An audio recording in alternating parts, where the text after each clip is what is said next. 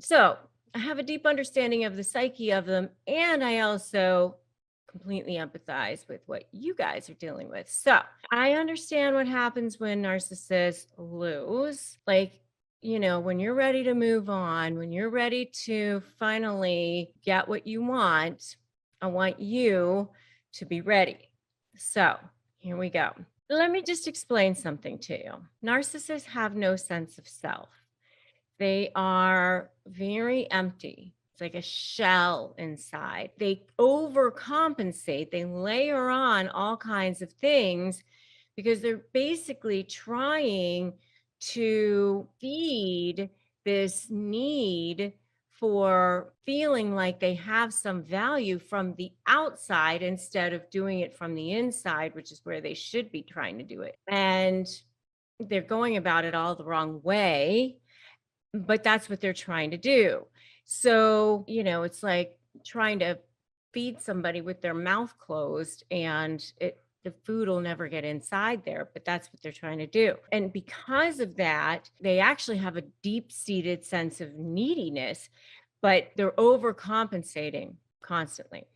So they actually really deeply are trying to show that they're in charge, show that they're in control, layer on all this stuff to make it look like they are powerful, prestigious. It's all about the optics for them constantly. So losing is like about the worst thing that could possibly happen to them. So it's not a good thing.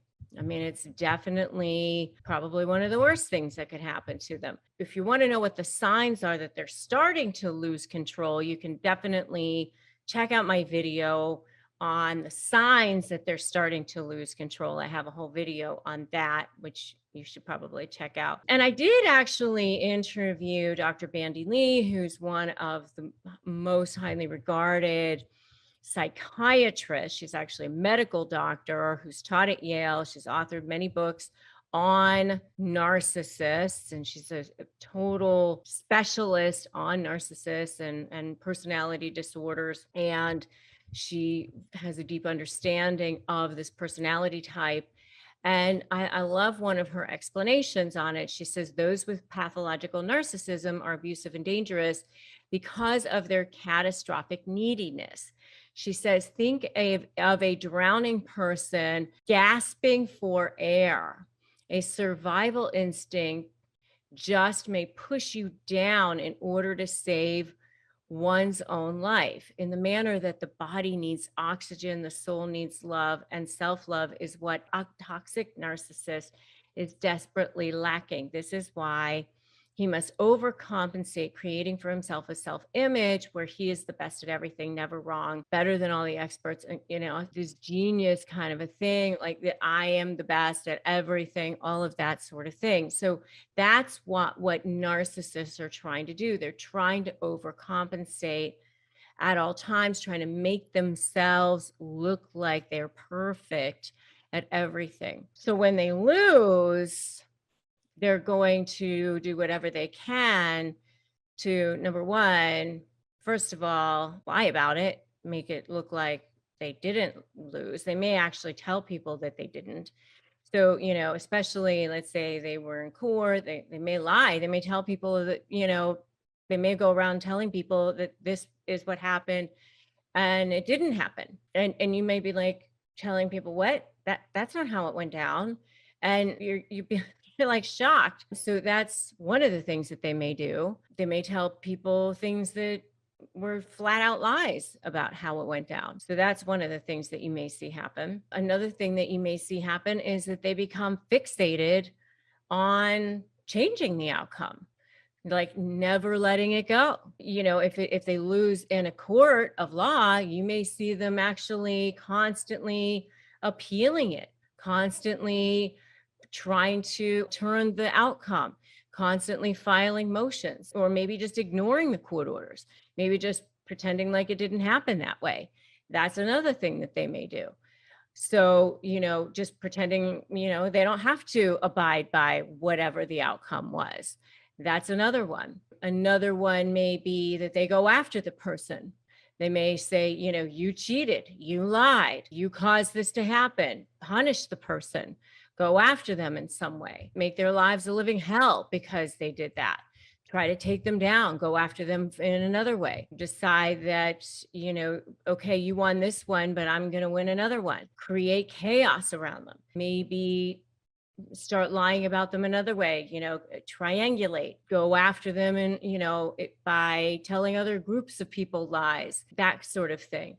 So they're not probably going to take it very well, more than likely, or they may just completely ghost you. They may just completely go on. That would be the best thing if you can make it happen that way, where they just move on to a completely different group of people and hope that you never see them again and pray that the same thing never happens to you.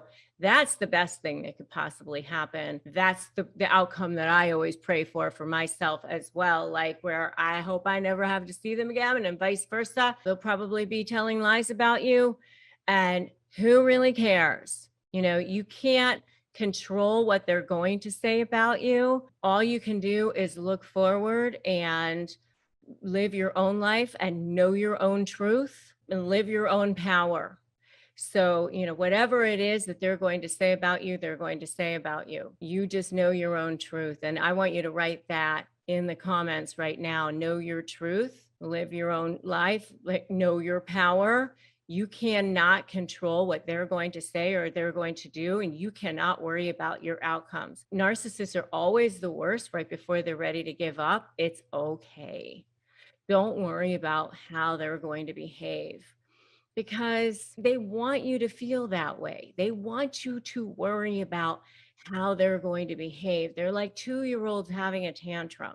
They want you to be going, oh my God, they're going to act like this crazy person, so I better not move forward. I better not do this. So then you live in this fear, this abject horror that they might do whatever they're going to do. So then you don't live your life. That is no way to live. I can tell you for sure, it is definitely better to move past them and be on the other side of this thing. Definitely. So you can step past them having their tantrum, have them in your rearview mirror. It's fine. They'll do whatever they're going to do. They're going to leave whoever in their wake and continue to have their destruction with whoever's around them. But you're not going to be in their space anymore, because once you expose them, they don't want to be around you anymore, because now you know who they really are. They'd rather, honestly, be around people who they can trick into believing that they're wonderful. They'd rather be around people who are, giving them all the adulation, saying that they're amazing all the time. They want to be revered. So they'd rather be in groups of people who are revering them. Step past them once they're having their tantrum. Let them do that. Expose them. It's fine. You'll live through it. Number 1 is set boundaries. You want to make sure you set boundaries. I always say step 1, don't run. Step 2, make a U-turn. Step 3, break free. As part of my overall slay strategy, I've been helping people break free from narcissists for more than 20 years as a lawyer, as a globally recognized narcissist negotiation expert, as somebody who has a high conflict negotiation strategy program, a training program. I certify people in this. So I'm telling you right now that the very first thing that you need to do is set clear boundaries and hold people to them. And I know it's so hard. So if the very first baby step that you take is put that invisible boundary down around you, as if it's like Teflon. The thing that narcissists look for are those little holes, those little places that they can get in, places that they think that there's an opening. And if the very first thing that you do is start looking at them as if they are a toddler having a tantrum on the floor, then you can start to observe their behavior to them. What do? You say, I can see that you are upset. I can see that you are angry. I can see that we might need to continue this conversation at a time that you have calmed down. Speak calmly, speak clearly. Never raise your voice. In fact, the lower you go, the quieter you go, the more control that you have. The minute you lose control, the minute your voice goes up, the minute your tone goes up, they know that they have you. Keep your breath low. Even take a breath if you need to, because the more that you do that, the more difficult they become, because then they start losing it. They start getting more emotional. They start losing control. And then they start yelling. And if you start yelling back, then they know that they have you, that now you're sucked in, pulled in, drawn in, you're in that mud. And now they feel like they've got a conversation going. Now they feel that they've got like a partner in this. It's like somebody is pushing back. So if you set that boundary, if you've got that invisible shield down around you, then there's nothing that they can pull, that there's nothing that they can push. It's like Teflon. It's like water off that duck's back. All right. So you can say, I'm not going to tolerate being spoken to disrespectfully, and if they yell at you, if they say things like you're this, you're that, whatever, you can just say, okay, thank you for the feedback.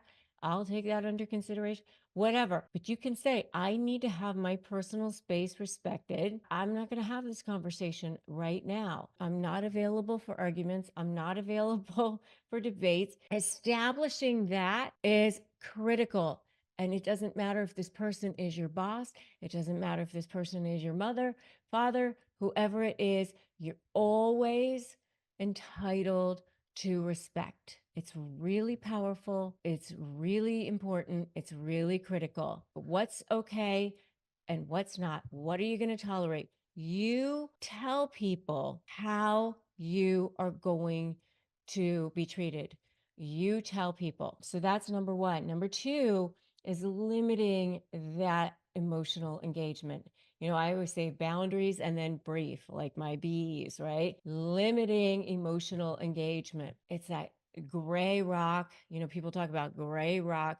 It's like you being a gray rock. It's so boring to even look at, but it's also, not having that much interaction with them.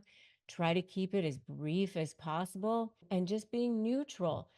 So one of the things that I constantly tell people is making a plan, Stan. So when you're going to go have a conversation with them, just have a scope, an agenda, and a time limit when you're going to go talk to them.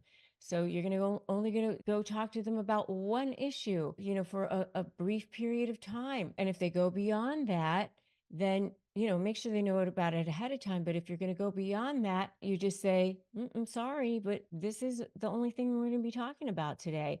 And you know that. And I'm not going to talk about anything else. And if they go beyond the time limit, you can just say, oh, I'm sorry that, gotta go, gotta go, gotta go. Have something else today. I love talking to you. It's my favorite thing. It's my favorite thing ever. But unfortunately, gotta run. But we can set another time. And then you go on.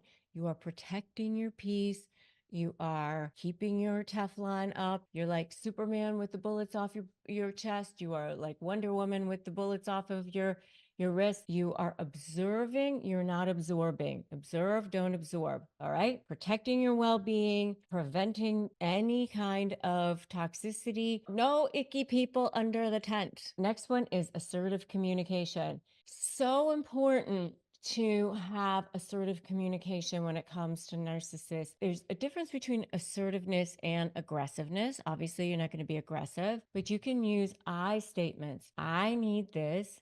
It is important that I have this. You can't say you with narcissists. You can't say you're this or you're that, whatever. You can say, this is what I expect. These are my expectations. This is what I need. And be very clear. Be very clear about your boundaries and what you want for yourself. And be calm, be composed. If they get upset, if they get angry, if they're having a breakdown, if they're having a meltdown, they're having a tantrum, they're in a rage. Okay, there you go. You do that. You do you. But you're over here watching them. You stay cool, calm, collected. You are the adult in the relationship. Number 4 is what I call avoiding Jade. I always wear jade because I'm half Chinese, love jade. But I always say, you don't want to have jade. What does that mean? Is you're never going to justify, argue, defend, or explain. Why? Because have you ever seen a narcissist after you've said, this is my position? This is what I think that you should be seeing about my side. I've done this for you and I've done that for you, or this is what I think you should acknowledge. Da, da, da. Have you ever seen a narcissist say, you know what? I've thought about that. And you are so right. I get your side now. I get it. They've never done that ever. Not once in the history of all narcissists of all time. They've never come over to the other person's position. Not unless they're manipulating you, because, you know, everything is a manipulation when it comes to narcissists. So you need to just never justify, argue, defend, or explain, never jade. And you just go back to your gray rock. You just go back to, oh, okay. You can even say things like, I agree with you. I agree with you that we're never going to agree. I agree with you that that's your opinion. You know, when you say things like that, you're not actually agreeing to anything, but they hear, I agree with you. Number 5, is utilize consequences. There has to be consequences for each and every action. It's like the law of physics. It has to happen when it comes to narcissists. For each and every action, there has to be an equal and opposite reaction. What do I mean by that?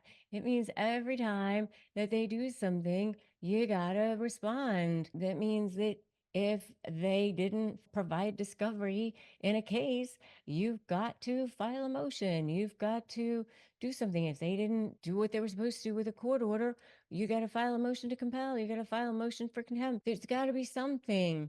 There has to be something. Or if they didn't do something at work, there has to be consequences. Or if they didn't do something at home, if they didn't fulfill on a promise, there has to be consequences. You have to not say, okay, they didn't fulfill on a promise and then let them go, because that's how they continue to get away with what they get away with, because people don't have good boundaries, because people have leaky boundaries when it comes to them. And if you guys are seeing what I'm seeing so far, I want you to put agree in the chat. And I want to know what you're thinking so far. I want to know how you're feeling about any of this so far. Which one of these are you going to use so far? Which one of these is resonating with you so far? You know, believe me, I'm telling you this from a person who has been there. I've dealt with narcissists in my life, and I know I'm telling you this from very personal experience, all right? As a lawyer and in my personal life. Why do I also know this? Because the next thing I got to tell you is you've got to practice some self-care. You've got to practice some self-care.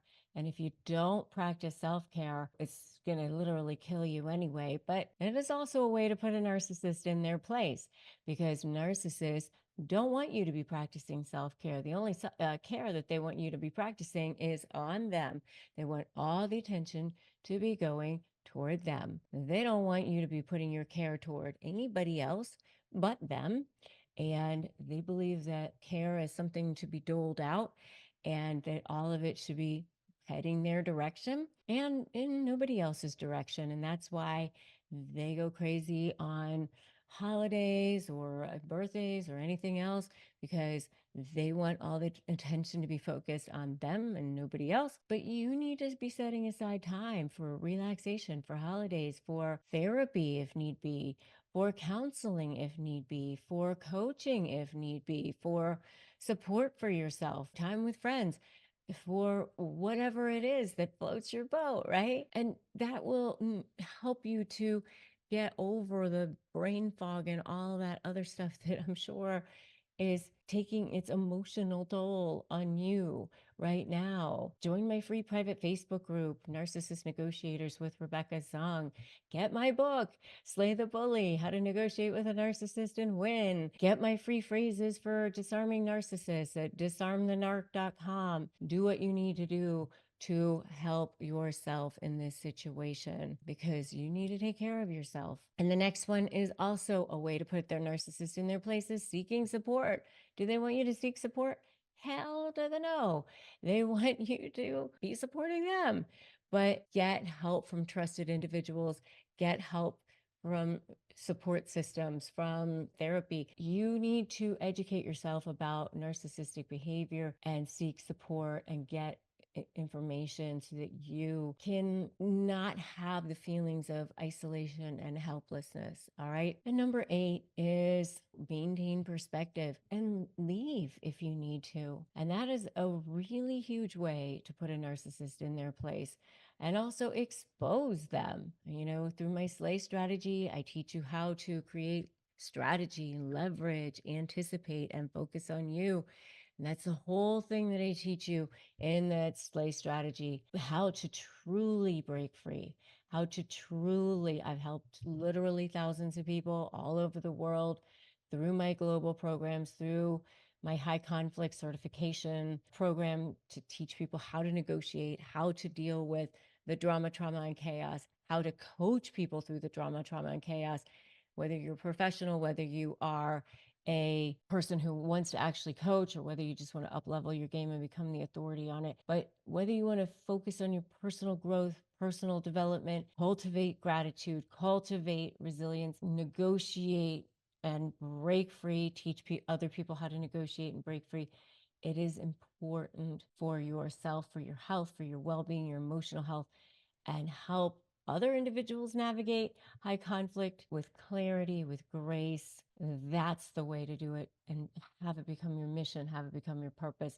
That's the way to do it. All of this are ways that you can put narcissists in their place and really become a spiritual warrior about this. 8 transformative strategies to put narcissists in their place and reclaim your power. I want you to know that it causes a lot of brain fog because of the high levels of cortisol in your body. And because of that, it can actually even shrink the hippocampus in your brain. When that happens, you can't think clearly. It causes issues with your short-term memory because you're literally in this survival mode constantly. It's actually a physiological reaction in your body. When that happens, it's almost like a soldier who's been at war,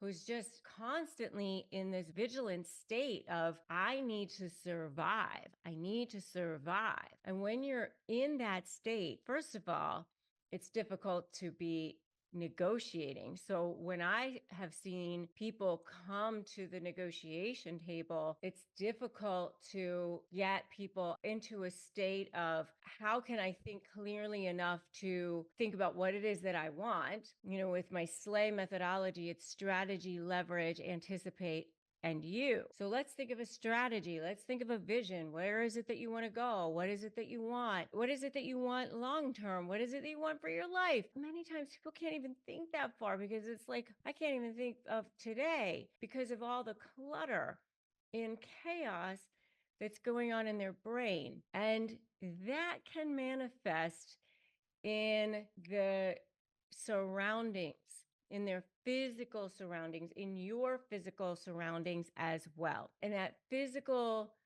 surrounding is really an outward manifestation of your abusive relationship because you've been consumed with this abusive relationship. And so clutter can become almost an outward manifestation of that. Either that you just haven't had time to think about it, or that you've just built this protective shield around you, and that becomes an outward manifestation of that. I know, like, I've had women like Sarah who became like a hoarder. And I think a lot of times it was maybe thinking, oh my God, I'm not going to get anything else, a scarcity mindset sometimes, thinking this is all I'm ever going to have. She was thinking, I have to keep what I've got, because the narcissist was in a scarcity mindset.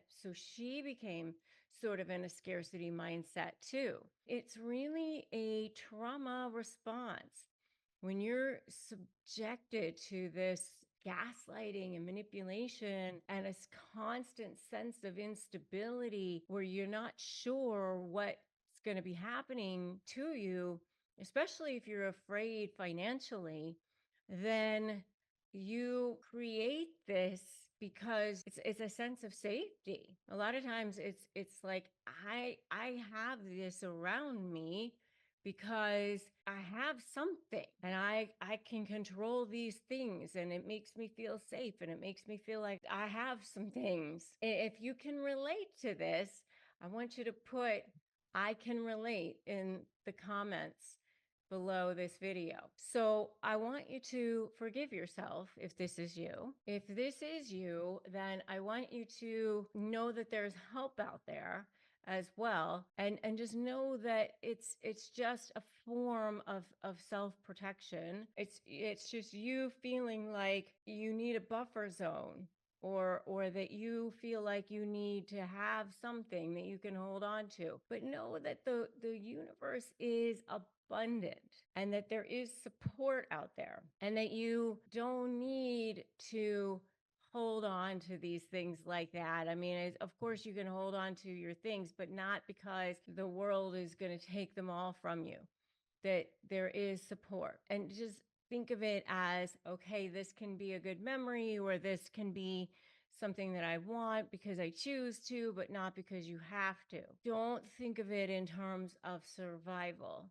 Think of it in terms of abundance, because then you can start to turn the corner. Then you can start to think of things in terms of peace of mind. Acknowledge that none of this is a personal failure, and just realize it's a place of trauma, and think of it and practice self-compassion.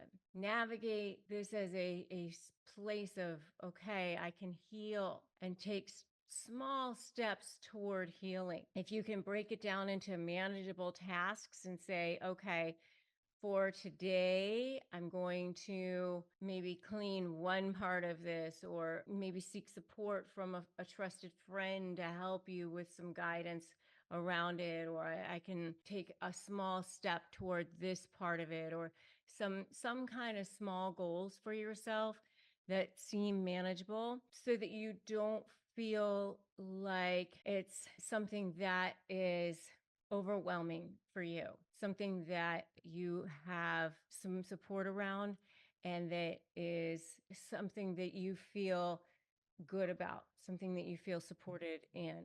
Because I think that if you can reclaim your space in a way that gives you peace, and where you still feel like you have control, that will be the best way for you. Let's get real for a minute. This topic is one that so many of you have asked me to dive into, whether it's in my YouTube comments, my DMs, my emails. I hear you asking, how can I stay true to myself when dealing with somebody who's constantly trying to manipulate me or tear me down? But here's the thing. So many people think, oh, you know what? They are so powerful.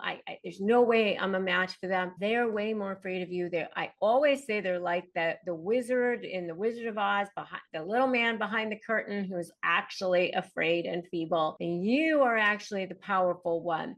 You're like the Linda the Good Witch over there, who's like, you know what? Go away. You have no power here, when the Wicked Witch comes around. So this topic is really close to my heart, because I've seen firsthand, and through the countless stories that you guys have shared with me, how challenging it is to face narcissists or narcissistic people, or tactics or strategies, all while holding on to you and the true version of yourself. But here's the good news: you can do it. And I'm here to show you how. Before we dive in, I want to just make sure that each one of you has a free gift from me, and that's my free Disarm the Narc phrases, and you can get that at disarmthenarc.com. All right, so why do narcissists fear authenticity. Well, first, let's break down what authenticity actually is. Authentic is showing up as your true self. It's owning your truth, setting boundaries, being unapologetic about yourself, not being moved if somebody wants you to do something that you don't necessarily want to do. It's powerful, it's magnetic, and it's the exact opposite of what a narcissist wants you to be. They thrive on control and manipulation. They construct these elaborate false realities where they are the center of attention and you are just really a player to be manipulated as part of their own reality. You don't even exist as a human being outside of their reality. So when someone else comes along who's genuinely authentic, it exposes their facade. It's almost like a distinguishing characteristic, and it threatens their ability to dominate the narrative. And let me tell you, they cannot handle it. So I'll share a quick story from one of my clients. Let's call her Sarah. Sarah's ex-husband was a textbook narcissist. He was always trying to twist her words or make her feel small. One day during a particularly heated argument, he said, "You are so selfish for wanting to pursue your own goals. What about the kids?" And instead of crumbling underneath his manipulation, Sarah calmly stated, "I love my kids deeply, and I can take care of myself and take care of the kids and also be a better person, which will make me a better mom for them." So you see how powerful that response is? She didn't buy into his guilt trip. She didn't start defending. She stayed true to her authenticity, and it completely disarmed him because he really didn't have a response to that. And that's what authenticity does. It shifts the power dynamic. And it's not just about stopping the manipulation in the moment. Authenticity frees you. When you live authentically, you stop seeking their approval. You stop needing their validation. And that, my friends, my loves, is when you truly start to reclaim your power. Narcissists have a confession to make, and that is that they are way more afraid of you than you are of them, especially in court cases, mediation cases, or any kind of cases where you have to negotiate with them. But you know what? I have a confession to make too. I'm sick and tired of these people bullying you and making you feel exhausted and paying way too much in attorney's fees and dragging you through the mud. My name is Rebecca Zung, and I'm an attorney. I've been recognized by U.S. News as one of the best lawyers in America. And in fact, I was so sick and tired of these people bullying you that I started studying narcissism so that I could beat them in the courtroom. And now I'm here to make the case so that you can win too. I developed a 4-part proven blueprint that has helped tens of thousands of people take back their freedom, win, and get back their power. And now I'm sharing it with you in a special live event, Outsmart the Narcissist, the 4-part proven plan to take back your power. 4 simple steps, 1 free live event, 1 free hour of your life. That's what stands between you being in hell and you being free. Join me, click the link for Outsmart the Narcissist, the 4-step proven plan to take back your power. Just click the link and let's go. So how do you use authenticity to diffuse narcissistic tactics? That's the key, right? Because that's, what you want to do. You want to be the one that they're afraid of. Well, not even really, because really the way you want it to be is just that they live their lives and you live your life, and you come from a place of love and abundance and passion and joy. So let's talk about strategy. How can you use authenticity as a shield and also a sword when dealing with narcissists? Because let me tell you, narcissists aren't going away. It's not like I could ever give you some strategies on here to go, you're going to live narcissist free for the rest of your life. They're going to be around. So what you need to do is become the most powerful version of yourself, the authentic version of yourself. And then you start to shine. You can start to help others. You can start to make a difference, live as you were meant to live, and be who you're meant to be. So let me walk you through some specific scenarios, because I know you guys love actionable examples. All right. So imagine this: a narcissist says to you, Why do you always have to make everything about you? Which, of course, is what they do, right? So, a common reaction might be to get defensive or shut down or want to say things back to them. But what if instead of doing that, you stayed calm and you replied, I'm sharing my perspective. It's important to me. I value open and honest communication. This response is authentic. It communicates your truth without attacking them and without giving them ammunition to twist your words. It's like putting this emotional force field down around you, which is exactly what you're doing. This invisible shield, which is your emotional force field. Here's another one. If you're in the workplace and you have a narcissistic boss or a colleague who's trying to dismiss your ideas in a meeting, saying something like, that's not practical, blah, blah, blah, we're not going to waste time. You're not going to do that. Like if they are saying things like that to you, like you're wasting time, whatever, they're trying to shoot down your ideas, just, thank you for the feedback. I hear you. I hear your concerns. This does align with our goals. And here's how, right? And just based on what your concerns are, here's how. And you just present things in a factual manner, but standing in your power and standing in your truth. By standing in your authenticity, you assert your value and ideas without engaging in their dismissiveness or their antics. It's the way you come forward and when you maintain your integrity and your professionalism. So what about personal relationships though? Let's say you're dealing with a family member, a narcissist who keeps pushing you. They say things like, well, if you really cared about me, then you'd do this. They're going to try to guilt trip you, right? So instead of caving, what you want to do is you want to reply, I do care about you, but I also need to honor what's right for me.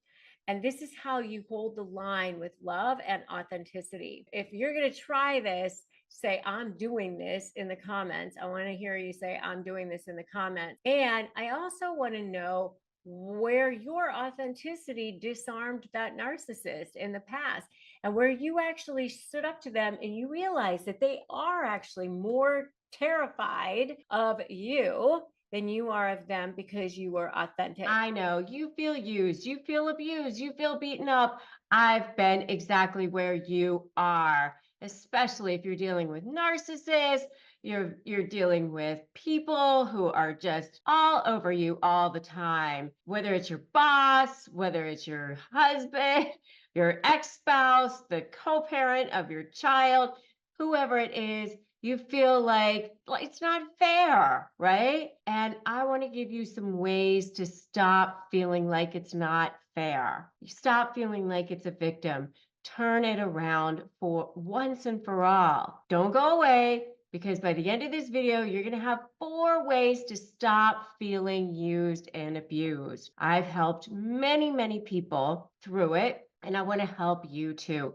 So if you're new here, welcome. I'm so glad that you're here, and make sure you subscribe to this channel because we release brand new videos every single day. And I am the author of the best-selling book, Slay the Bully, How to Negotiate with a Narcissist and Win.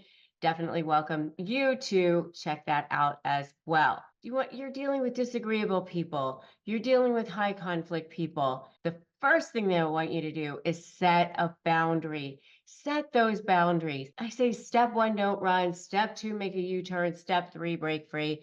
I talk about that all the time in my SLAY method, right? Sometimes it can feel really, really overwhelming when you're dealing with a high conflict person, when you're dealing with a difficult person, when you're dealing with a person who's in your face. There's no way that you can stop all that triggering and stop all of that fear if you don't start with setting boundaries.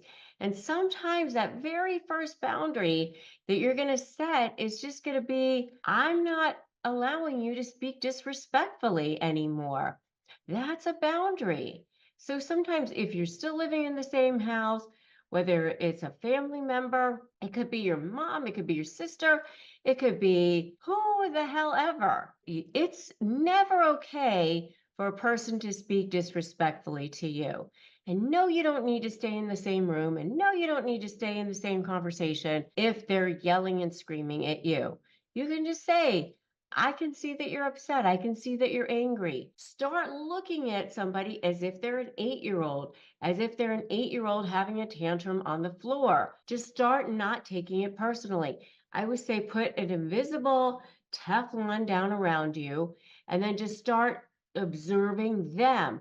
Observe, don't absorb. And that's basically what you're going to be doing. You can start to react with curiosity instead of anger. So you can start to say, oh, that's interesting. Why would you say that? Oh, that's interesting. Why would you think that? Boundaries. One of the things that you can think about is what is negotiable.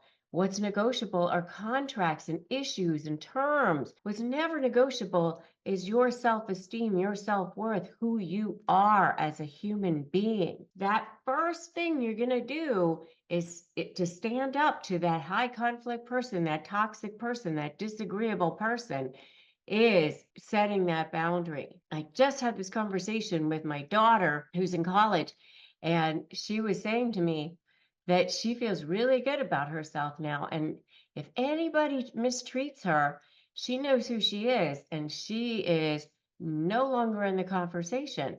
She does not allow people to mistreat her. Boundaries are your invisible shield, protecting yourself from being taken advantage of. It's about clearly defining what you will and won't tolerate in your interactions. That's the first thing, setting that boundary. Number two is having effective communication, letting people know what you will and will not tolerate. That's really, really important too. It's crucial to clearly express your thoughts and feelings assertively. If somebody cancels plans on you at the last minute, you can say something like, I value our time together, but you know what? These last minute cancellations, they're frustrating for me and they don't work for me because it clearly says that you don't value my time. And so, can we find a way to make plans that work for both of us? Right? This opens up a dialogue and addresses the issue constructively so that you don't feel like you're being used and you don't feel like this person took advantage of your time together. And I used to have a friend who would answer the phone and be like, oh, I can't talk right now, and just hang up. And I'd be like, why did you answer the phone? Just to hang up on me? Why do you need somebody like that in your life? Let the phone go to voicemail. Why would you allow somebody to be disrespectful to you? You don't need that. You want to have somebody who is going to be respectful to you and also respectful of your time. Be able to communicate effectively and just say, this isn't working for me. This approach is not working for me. And this situation isn't working for me. And be okay with that and say, I appreciate your input. I appreciate your feedback. And, I'm confident that in my own abilities as well. Just be calm. You don't need to be emotional. You don't need to be defensive. I always say never jade, never justify, argue, defend, or explain. You don't ever want to get into those situations, but you also want to express yourself. I mean, if you've ever had to deal with a difficult person or a toxic person, you know what I'm talking about. If this is resonating with you so far, give me an amen in the comments below. And I want to know if any of this is working for you so far, resonating for you so far, and if you're going to try any of this so far. If you want phrases for disarming narcissists, go to disarmthenarc.com and get my free phrases for disarming narcissists. They will definitely help you as well in your emails, in your text messages, in your conversations also. The next thing is going to be self-care. You need to have self-care. Self-care for coping with narcissists, self-care for dealing with them, whether you're dealing with disagreeable people, whether you're dealing with a toxic person, whether it's just a person who's, not nice. you still have to be taking care of your own emotional well-being, right? Self-care is the key to maintaining your resilience, your strength. Think about a time where you were in a high-stress situation with a narcissistic boss. Self-care means taking breaks. It means practicing relaxation techniques. It means seeking emotional support from a friend, from a therapist. It means helping you stay emotionally resilient and not letting the stress consume you. If you're in a personal relationship, self-care means setting aside time for hobbies or activities that bring you joy, even if that other person, that disagreeable person, doesn't necessarily like it, doesn't necessarily approve of it. It reinforces your independence and reminds you of your self-worth. The fourth one is having a resolution-focused approach. So sometimes that means doing what I call fluff or favor, vomit later, where you're fluffing up their ego to give them a little something of what they want so that you can get a little something of what you want in return. Can you resolve the QuickBooks this month? You know, you're so much better at it than I would be, and it'll get done so much faster, something like that, because then they feel like, oh, I'm a big man, whatever. And you don't make sure you don't say anything good about yourself because they don't want to hear about that. That way they get something that they want, which is adulation. They get their ego boosted. And that way, when it comes time to negotiating down the road or doing something that you want down the road, you've stored up, oh, that ego boost or whatever. I call it ethically manipulating the manipulator. And, or the other thing that you can do is focus on areas that you might agree first so that you can work toward those areas of disagreement if you're starting in a mediation or something like that.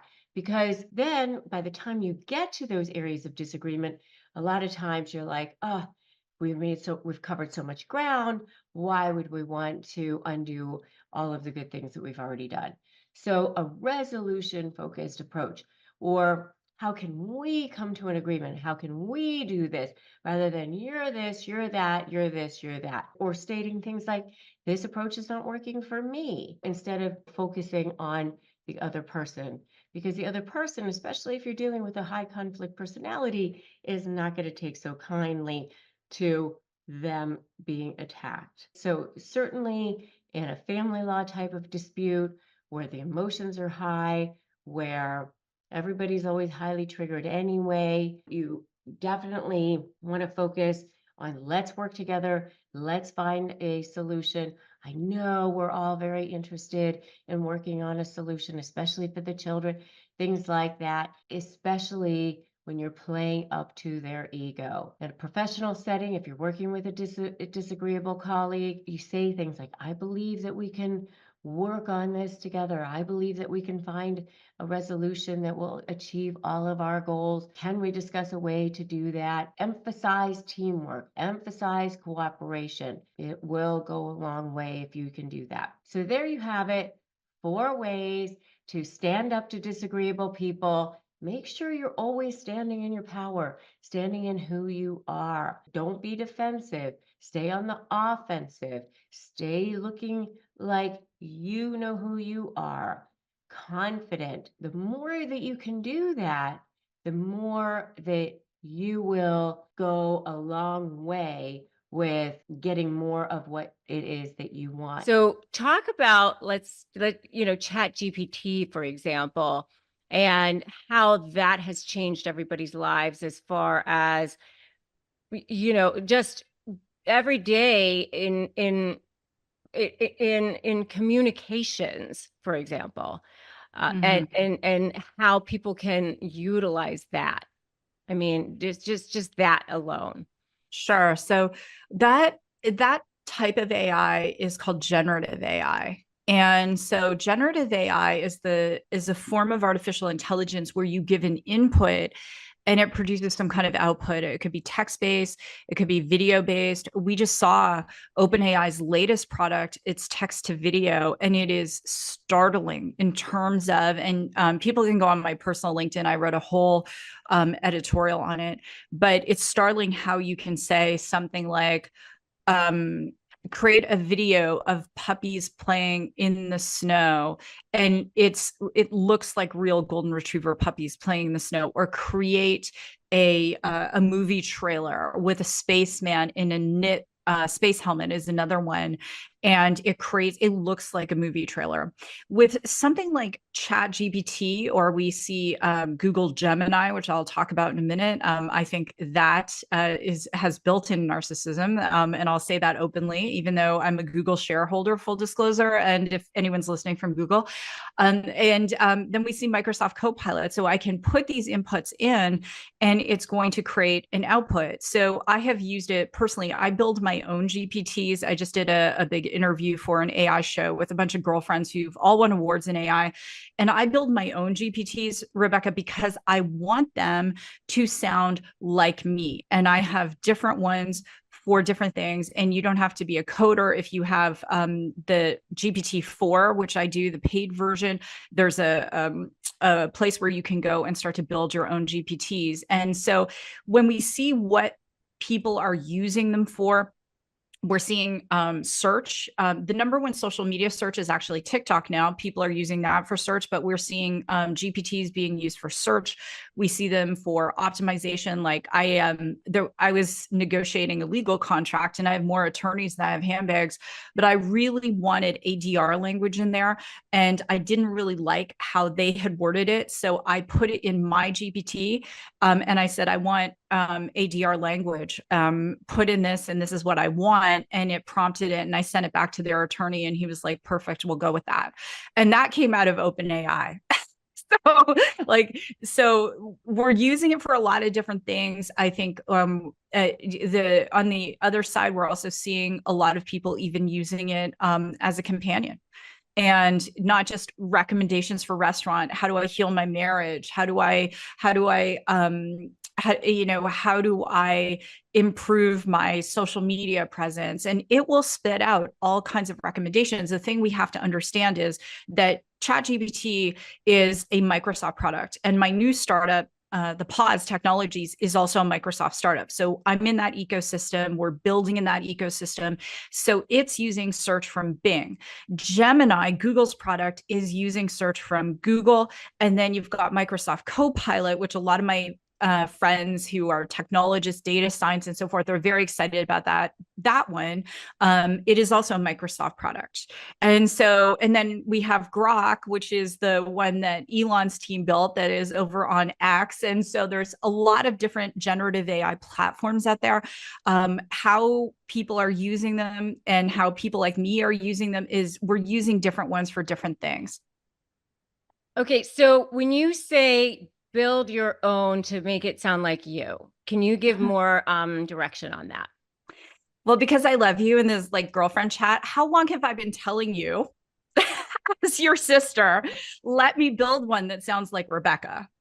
It's easy to do. Okay, and I could do it in literally 15 minutes. So how you do it is these models are very data hungry. So I'll give you an example. So I decided, for some reason, having an esoteric like moment, I graduated from MIT Sloan. I'm going to go back to MIT Sloan and do this chief digital officer program. And I don't mind saying to your audience, because like my show is raw and real entrepreneurship. You've been on the show, I'll be raw and real, that I was like, do I need to prove myself as I'm transitioning to go into this next chapter? Am I really a technologist? Because I was always known as the non-technical founder. So I decided to go back to school. So what I did, here's an example of a GPT I built. I went into ChatGPT and I took all of the contents of the program that I am studying at MIT. I put them into a GPT. I called it Tim's World. Tim is the mascot of MIT. It's a beaver. And so now it knew how the content the professors wanted us to learn. And so when I was writing my papers and I was going in the group and having to do like the dialogue, MIT lets us use GPT. So I'm just not telling you anything my professors didn't know. Instead of me taking 3 hours to write a paper, I would do it in literally 2 minutes. I'd check the references, click through, make sure they were relevant. I asked it to cite things in APA 7 format. It did. And it was like that. If I was building one for Rebecca, what I would do is I would take inputs of things that Rebecca had written, and I would say, we are training the model. I would tell it, we are training this model, and this is the language, this is the tone. I would even give it references to interviews you've done. It doesn't really currently read video, but it will read images. But it is great at reading text. I'd give it any text, video, or interviews you've done, and I would train it to sound just like Rebecca. Then you can actually export that GPT, depending on, all sorts of different things. You have people who do it for you. You can export it and use it. So you could go to Rebecca's website and interact with it as though it's Rebecca. You can build a chat bot that sounds just like you and have it embedded in your website. Okay. Interesting. And all of that is in Chat GPT. In GPT-4. And then there's a developer section there. You don't need to know how to code, but if you wanted to build, say, a chat bot, then there's some coding that's required. But these tools have made things so fast. It's incredible. So even for my new company, we are going to be building our own LLM, our own large language model. We're going to build right now in women's menopause. It is disgusting, the disparities in health. Just to give an example, Rebecca, heart disease kills more women than all the top 5 cancers combined in the United States. 70% of the data on heart disease comes from middle-aged white men. Neither you nor I are a middle-aged white man, yet the majority of that data set is from this. So we're gathering our data as we're launching our platform, which will come first in the App Store, and then it'll come in the Google Play Store, and it'll be an amazing platform for women to be able to get the best customized recommendations for menopause. And then we'll take that, we'll build our own large language model. But currently, basically anyone can build a GPT. Anyone can do it. So if somebody is now saying, hey, I want to be able to negotiate powerfully, I want to have the edge and be able to, write this really powerful email, or I want to be able to create leverage against this person, what would they be able to do using ChatGPT? Oh, girl, we're going to get a lot of comments on this one. This is what I would do. I would take whatever correspondence the attorney had sent over. I would feed it into GPT. Don't use 3.5, use 4. I think they're working on GPT-5. I would feed it in and I'd say, help me negotiate based on this. And so it would use that data as an input. Give me questions that this attorney is likely to ask based on this correspondence. Give me, help me to have the best responses for this. You can train it to go back and forth with you. I've even put things into it.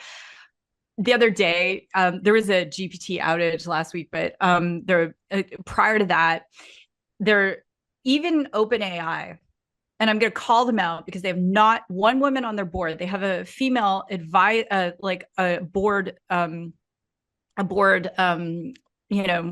monitor, but they don't have a woman on their board. We are literally the generation giving birth to AI, but there is no current. Every company, Target is an AI company, Walmart is an AI company, any company using AI is an AI company. And women are naturally the ones that give birth. And there are a lot of smart women out there. Every company should have, firstly, someone who specializes in AI on their board. Secondly, every AI company needs to have women on their board, not just observers, but actually on their freaking board. I said the same thing to Julie Sooth, Secretary of Labor, when I was with her at the CES this year in Las Vegas. And this is the disgusting to me that there's no legislation. That's my little soapbox. So that's as an aside, Rebecca. I know we're talking about that. But the reason I bring this up is GPT, even OpenAI will admit, oh, we know that GPT isn't responding the way it should, or blah, blah, blah, blah. I've actually said to it, your response isn't good enough. Do critique your own work. It will critique its own work. Yeah. So let's say you want to create a response. Okay. So you put it in ChatGPT, you can do it that way, right? So you want to say, I want to create an email response, put it in ChatGPT. Yes. Right? Yeah. And you have to prompt it to be able to respond in a certain way, because it's going to do some things that are fairly stock, like, things. So you would say something like, respond to this at a master's degree, MBA from Wharton level speech. The more specific you are with your queries, the better. And the more, so when I'm writing papers, I'm writing at a MIT Sloan graduate level, because that's how I would write. And so that's what I tell it to do. But if you just put in like, oh, what should I say? It's not going to help you. You would say something like, what would a $750 an hour attorney respond to in this case? How would they respond? Respond like that. Respond from the point of view of someone who wants to win this case, and it will disclaim it and say, just so you know, I can't make any promises. No, but it's the thing it's going to help you do is organize your thoughts. It's going to help you come up with ideas. And AI is the first technology that is really there to enhance how humans think and produce output. All the other technologies have been like, let's move us from place to place. Like when cars started, when airplanes started, kitchen gadgets, let's just make things more efficient. This is the first technology that's designed to make our brains more super efficient, like pure technology. And that's what it should be used for. But at the end of the day, you've got to check your work. You need a sanity check. I'm not suggesting you replace your attorney with GPT by any stretch of the imagination, but it is incredibly helpful. And most of my friends who are professionals are using GPT. Yeah, for sure. What other types of AI could somebody engage or use for getting the edge in negotiation or leverage or dealing with narcissists or dealing with somebody that's high conflict? That is an excellent question. I'm going to shift to the dangers of AI with the people are negotiating with. Okay. So I want to shift, because I think your question is brilliant. Of course, we want to know what we're up against. So everyone listening, watching, you're negotiating with a narcissist. And believe me, I have negotiated with narcissists in business, in life, and it sucks. Narcissists will always use tools that are out of integrity because they don't have integrity. So I want to talk about what narcissists are using that are so damaging right now. So let's start with deepfakes. So there was the Taylor Swift deepfake. And the good thing is, I just want to make sure that people understand what she's saying. It's DEEPFAKE. So it's like deep fake. Yeah. Is that, just not everybody understands what you're talking about. Sure. No worries. So what that was, it was widely in the media that it looked like Taylor Swift had, essentially was in porn. Now, I want everyone to know two things. Taylor Swift has millions of fans, and they knew it wasn't her. And so that way, it didn't last it wasn't a problem for her because she had built a stellar reputation. To make a deep fake, it only costs, Rebecca, it can cost as little as 30, 40 bucks. You can have it done overseas, and you only need about 10 images of that person to make it happen. Wow. That's number one. We are seeing where girls, young girls, are getting bullied with deep fakes. Before, you would have to like take an image of the person, Photoshop it. Not anymore. With generative AI, you can have these deep fakes created. So what I am concerned about is our young women. I'm concerned about in terms of negotiating, in terms of divorce, in terms of relationships, in terms of business conflict. We're going to start seeing, and we're already seeing what has happened with this election. We're going to see it at the C-suite level. We know that you and I were talking about on the show, prior to the show, that when a team of people want to destroy a woman in a leadership position, they'll just talk smack about her. They'll talk about her boobs. They'll do all sorts of stupid stuff. They'll say, oh, she's in menopause. Like, oh my gosh. Now they can do even worse. They can make up things she's written. They can make up images about her. They can make up videos with her. So the OpenAI Sora that I was talking about making the videos, how do you know it's not going to be able to produce a video of a CEO who goes to church, who volunteers, who is a mom, pole dancing? We don't know because we don't know. We won't know until we use it and get our hands on it. We've seen the images that Google Gemini has created that are false. We have seen, I put into OpenAI DALL-E, I asked it to create an image. It was such it was a very provocative image, and that's not at all what I had asked it to create. So it is so easy for these deep fakes, and it's also easy for deep fakes for voice. It's easy for deep fakes for video. So we're going to see we have seen nothing yet in terms of how dirty divorce is going to be, how dirty it's going to be in the corporate landscape. This election is already shaping up to be dirty, dirty, dirty. And it's, I was talking to a friend of mine who's a congresswoman, and I'm like, I don't know how you do it. The vitriol, I don't know how you do it. This election, and this is not about one party or another, or candidate or another. This is often foreign overseas collusion creating this, and it's not necessarily about the candidate asking them to do it. So it's about to get dirty on a whole other level, and we have to know this, because I'll share my tips in terms of how you can protect yourself, but you have to know that it's about to get dirtier than you've ever imagined. And we're even going to see new forms of law that come up just to deal with these deep fakes in terms of things like divorce. So, well, how do people know if it's real or not? How can you verify? You can't. That's the whole thing. So Meta came out with a statement, and they said, oh, we're allowing our users to say if it's AI generated or not. Here's why. They actually don't know. Back in 2008, when Facebook first started, you would get the thing, is that Susan with you? And you go, yes. And then I had a hat on and you had a hat on. Is that Susan with you? You go, yes. That's called data annotation. All of us with Facebook accounts were complicit in training the largest facial recognition image data set in the entire freaking world. We did that. So I hope everyone, made a lot of money in Facebook because you trained the data set. I trained the data set.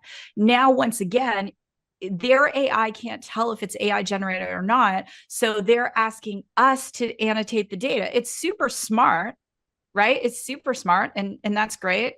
I invest in tech as well as being in tech, but they can't tell. And the deepfakes are getting better and better. And the videos, it used to be that they're somewhat pixelated. So they're like, you could see the little boxes like Legos. you can't see it now. And if anyone watching or listening, if you go to YouTube and you go to the OpenAI YouTube channel and you look at their video on Sora, it will blow your freaking mind if you have not seen it yet. It shows you the text prompts. That's called prompt engineering, how you ask an AI to do something, and the outputs. It's incredible. So scary. So how do you prevent it? You can't. You can't prevent it, but there are three things that I do want to say, and I'm on a crusade about this. So one, for your children and your grandchildren, you need to have a private family phrase that you never text, you never, ever put anywhere. It's not even written down. And that is something within your family. And so what we're seeing is we're seeing people who are getting phone calls. This is a scam going on right now. So if you see a robo-dialer, like a caller calling from multiple different numbers and you don't recognize the number, don't pick it up. Because once you start to engage with it, they're using AI to get your voice and your intonation, and then they're adding it to public images to create video of you, to create deep fakes. And there was someone who was just, their bank account was emptied like $40,000 because of this.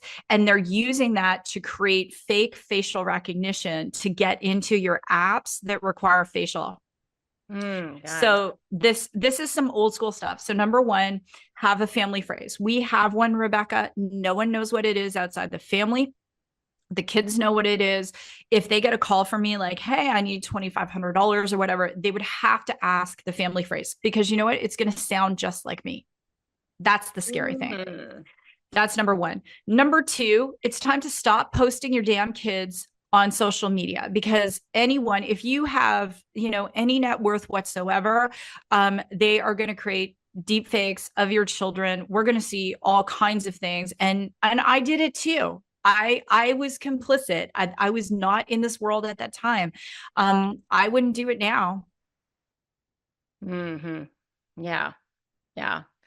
But posting your children's photos, your teenagers, you need to monitor their phones and what they're doing. There was just an outage of about 74,000 cell phones of all the big providers here in the United States. And my next common sense thing is, do your kids actually know how to get home if their cell phone isn't working? And you may say, well, Rebecca, that sounds common sense because you and I would know how to do that. But we grew up before the cell phone era.